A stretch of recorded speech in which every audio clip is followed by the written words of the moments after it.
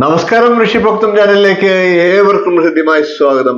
പുതുവർഷമാണ് 2024. എല്ലാവരും പ്രതീക്ഷയോടുകൂടി നോക്കുകയാണ്. 2024 നക്ഷത്ര ഫലങ്ങളാണ് നമ്മൾ ഇപ്പോൾ അവതരിപ്പിച്ചു വരുന്നത്.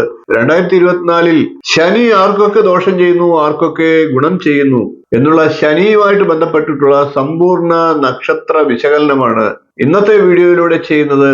ശനി ഇപ്പോൾ കുംഭം രാശിയിലാണ്, സ്വക്ഷേത്രത്തിലാണ്. അതായത് ശനിയുടെ തന്നെ സ്വക്ഷേത്രം, സ്വന്തം രാശിയിലാണ് ശനി. അതുകൊണ്ട് തന്നെ നല്ല ഫലങ്ങൾ ചെയ്യുമെന്ന് നമുക്ക് വിശ്വസിക്കാം. ശനി ആർക്കൊക്കെയാണ് ദോഷം ചെയ്യുന്നത് തുടങ്ങിയ കാര്യങ്ങൾ ഇന്ന് നമുക്ക് ഒന്ന് പരിശോധിക്കാം. വീഡിയോയിലേക്ക് കടക്കാം. അതിനു മുമ്പ് ചാനൽ ഇതുവരെ സബ്സ്ക്രൈബ് ചെയ്യാത്തവരാണെങ്കിൽ ഒന്ന് സബ്സ്ക്രൈബ് ചെയ്യുക എന്ന് അഭ്യർത്ഥിക്കുകയാണ്. അതോടൊപ്പം തൊട്ടടുത്തുള്ള ബെൽ ബട്ടണിന് മുകളിലുള്ള ഓൾ എന്ന ബട്ടൺ കൂടി ഒന്ന് സെലക്ട് ചെയ്ത് വെക്കുക.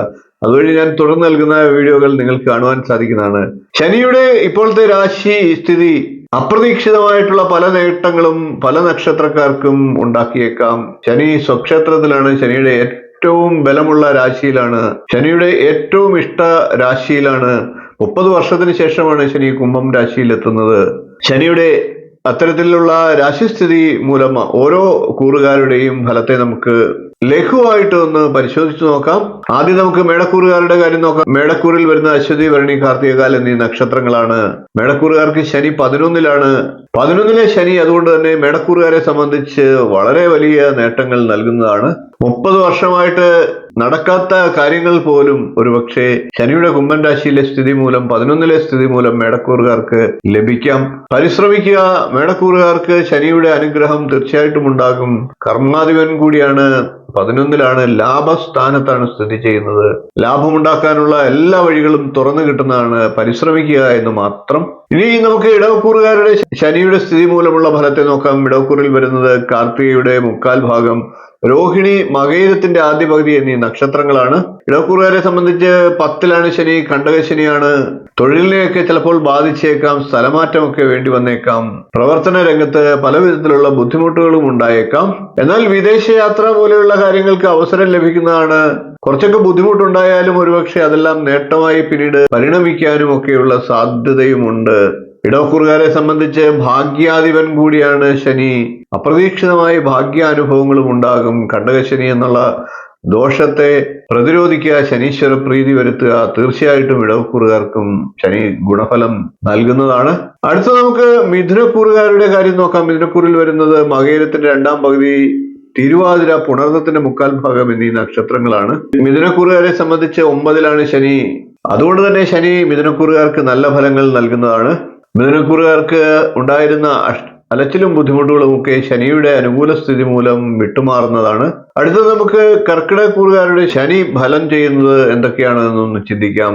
കർക്കിടകക്കൂറുകാരെ സംബന്ധിച്ച് അഷ്ടമ ശനിയാണ്, 8ലാണ് ശനി നിൽക്കുന്നത്. അകന്നു കഴിഞ്ഞിരുന്ന പലർക്കും കർക്കിടകക്കൂറുകാരെ സംബന്ധിച്ച് ഒന്നിക്കാനൊക്കെ സാധിക്കുന്നതാണ്. എന്നാൽ അഷ്ടമശനി ദുരിതങ്ങളും ഉണ്ടാക്കിയേക്കാം. വാഹനം കൈകാര്യം ചെയ്യുന്നവരും മറ്റും ഒന്ന് ശ്രദ്ധിക്കേണ്ടതാണ്. കർക്കിടകക്കൂറിൽ വരുന്നത് പുണർദത്തിന്റെ കാൽഭാഗം, പൂയം, ആയില്യം എന്നീ നക്ഷത്രങ്ങളാണ്. അടുത്ത നമുക്ക് ചിങ്ങക്കൂറുകാരുടെ ശനിയുടെ ഫലം ഒന്ന് നോക്കാം. ചിങ്ങക്കൂറിൽ വരുന്നത് മകം, പൂരം, ഉത്രം, കാൽ എന്നീ നക്ഷത്രങ്ങളാണ്. ചിങ്ങക്കൂറുകാർക്ക് 7ലാണ് ശനി, കണ്ടകശനിയാണ്. സ്ഥലം മാറ്റത്തിനൊക്കെയുള്ള സാഹചര്യങ്ങൾ ഉണ്ടായേക്കാം. ചിലർക്ക് സ്ഥലം മാറ്റം ഉണ്ടായേക്കാം, ചിലർക്ക് തൊഴിൽ മാറ്റം തന്നെ ഉണ്ടായേക്കാം, ചിലർക്ക് തൊഴിൽ സംബന്ധമായിട്ടുള്ള യാത്രകളൊക്കെ ആവശ്യമായി വന്നേക്കാം. അങ്ങനെ കണ്ടകശനിയുടെ ബുദ്ധിമുട്ടുകൾ നേരിടേണ്ടി വന്നേക്കാം. എന്നാൽ വിദേശയാത്രയൊക്കെ ആഗ്രഹിക്കുന്ന ചിങ്ങക്കൂറുകാർക്ക് അതിന് സാധിക്കുന്നതാണ്. ദാമ്പത്യപരമായിട്ടും പങ്കാളിയുമായിട്ട് അകന്നു കഴിയാനുള്ള സാഹചര്യങ്ങളും ചിങ്ങക്കൂറുകാർക്ക് ഉണ്ടായേക്കാം. അടുത്തത് നമുക്ക് കന്നിക്കൂറുകാരുടെ ശനിയുടെ ഫലം നോക്കാം. കന്നിക്കൂറിൽ വരുന്നത് ഉത്രത്തിന്റെ മുക്കാൽ ഭാഗം, അത്തം, ചിത്തിരയുടെ ആദ്യ പകുതി എന്നീ നക്ഷത്രങ്ങളാണ്. കന്നിക്കൂറുകാരെ സംബന്ധിച്ച് ശനി 6ാം ഭാവത്തിലാണ്. 6ലെ ശനി സാമ്പത്തിക നേട്ടമൊക്കെ നൽകുന്നതാണ്. കന്നിക്കൂറുകാരെ സംബന്ധിച്ച് വളരെ നല്ല ഫലമാണ് ശനി നൽകുന്നത്. മനസ്സമാധാനവും ജീവിതത്തിൽ ശാന്തിയും ഒക്കെ ഉണ്ടാകാനുള്ള സാഹചര്യം ഉണ്ടാകും. അടുത്തത് നമുക്ക് തുലാക്കൂറുകാരുടെ ശനിയുടെ ഫലത്തെ ഒന്ന് ചിന്തിക്കാം. തുലാക്കൂറിൽ വരുന്നത് ചിത്തിരയുടെ 2ാം പകുതി, ചോതി, വിശാഖത്തിന്റെ മുക്കാൽ ഭാഗം എന്നീ നക്ഷത്രങ്ങളാണ്. തുലാക്കൂറുകാരെ സംബന്ധിച്ച് 5ാം ഭാവത്തിലാണ് ശനി. അതുകൊണ്ട് തന്നെ വീട്ടിൽ, ഗൃഹത്തിലൊക്കെ സമാധാന അന്തരീക്ഷം ഉണ്ടാകുന്നതാണ്. ആരോഗ്യം മെച്ചപ്പെടുന്നതാണ്. കൂടാതെ വീടൊക്കെ മോടി പിടിപ്പിക്കാനുള്ള സാഹചര്യങ്ങളും ഉണ്ടായേക്കാം.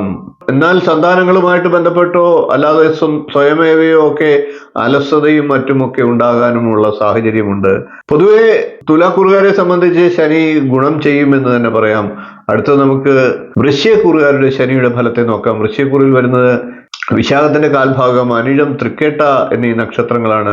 വൃശ്ചികക്കൂറുകാർക്ക് 4-ലാണ് ശനി, കണ്ടകശനിയാണ്. അമ്മയുമായി ബന്ധപ്പെട്ടിട്ട് അല്പം ശാരീരിക ബുദ്ധിമുട്ടുകളൊക്കെ ഉണ്ടായേക്കാം. കൂടാതെ തൊഴിൽ സംബന്ധമായിട്ട് സ്ഥലം മാറ്റത്തിനുമൊക്കെ സാഹചര്യമുണ്ട്. അടുത്തത് നമുക്ക് ധനുക്കൂറുകാരുടെ ശനിയുടെ ഫലത്തെ നോക്കാം. ധനുക്കൂറിൽ വരുന്നത് മൂലം, പൂരാടം, ഉത്രാടം, കാൽ എന്നീ നക്ഷത്രങ്ങളാണ്. ധനുക്കൂറുകാരെ സംബന്ധിച്ച് 7ര ശനി മാറിയ രാശിയിലാണ് ഇപ്പോൾ ഉള്ളത്. ശനി 3-ാം രാശിയിലാണ്. 3-ൽ നിൽക്കുന്ന ശനി സ്ഥാനക്കയറ്റമൊക്കെ നൽകുന്നതാണ്. കൂടാതെ സാമ്പത്തിക നിലയൊക്കെ മെച്ചപ്പെടുന്നതാണ്. പരീക്ഷയിലൊക്കെ മികച്ച വിജയം നേടാൻ സാധിക്കുന്നതാണ്. അടുത്തത് നമുക്ക് മകരക്കൂറുകാരുടെ ശനിയുടെ ഫലത്തെ നോക്കാം. മകരക്കൂറിൽ വരുന്നത് ഉത്രാടത്തിന്റെ മുക്കാൽ, തിരുവോണം, അവിട്ടത്തിന്റെ ആദ്യ പകുതി എന്നീ നക്ഷത്രങ്ങളാണ്. മകരക്കൂറുകാരെ സംബന്ധിച്ച് ശനി 2-ാം ഭാവത്തിലാണ്. 7ര ശനിയാണ്. മകരൻ രാശിയുടെ നാഥൻ കൂടിയാണ് ശനി.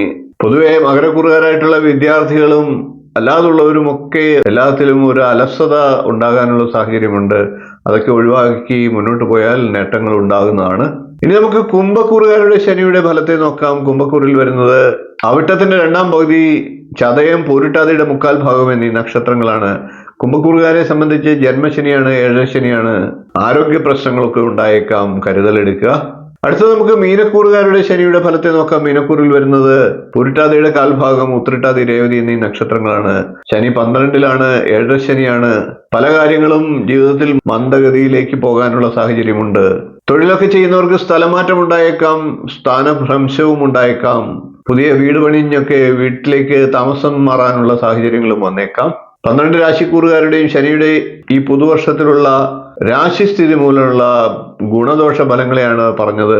2024 മുഴുവൻ ഈ ഒരു ഫലമായിരിക്കും ശനി ചെയ്യുക. അതായത് കുംഭം രാശിയിൽ തന്നെയാണ് ശനി 2024 മുഴുവൻ സമയവും നിലനിൽക്കുക. ശനിയുടെ വക്രവും അതുപോലുള്ള മറ്റ് ഗ്രഹങ്ങളുമായിട്ടുള്ള യോഗം മൂലമുള്ള ഫലങ്ങളൊക്കെ പിന്നീട് അതാത് സമയത്ത് വീഡിയോകളിലൂടെ അറിയിക്കുന്നതാണ്. ഈ പറഞ്ഞ കാര്യങ്ങളൊക്കെ നിങ്ങൾ കരുതലെടുക്കാനും പരിഹാരം ചെയ്യാൻ വേണ്ടിയാണ്. ശനിക്ക് എന്തൊക്കെ വഴിപാടുകൾ ചെയ്യണം, കണ്ടകശനി, 7ര ശനി തുടങ്ങിയ കാര്യങ്ങളുടെയൊക്കെ പ്രത്യേകം വീഡിയോ ഏതാനും നാളുകൾക്ക് മുമ്പ് തന്നെ ചെയ്തിരുന്നു. ആ വീഡിയോകൾ കണ്ടിട്ടില്ലാത്തവർ കാണുക. അതിന് പ്രകാരം പരിഹാരത്തെ ചെയ്യുക.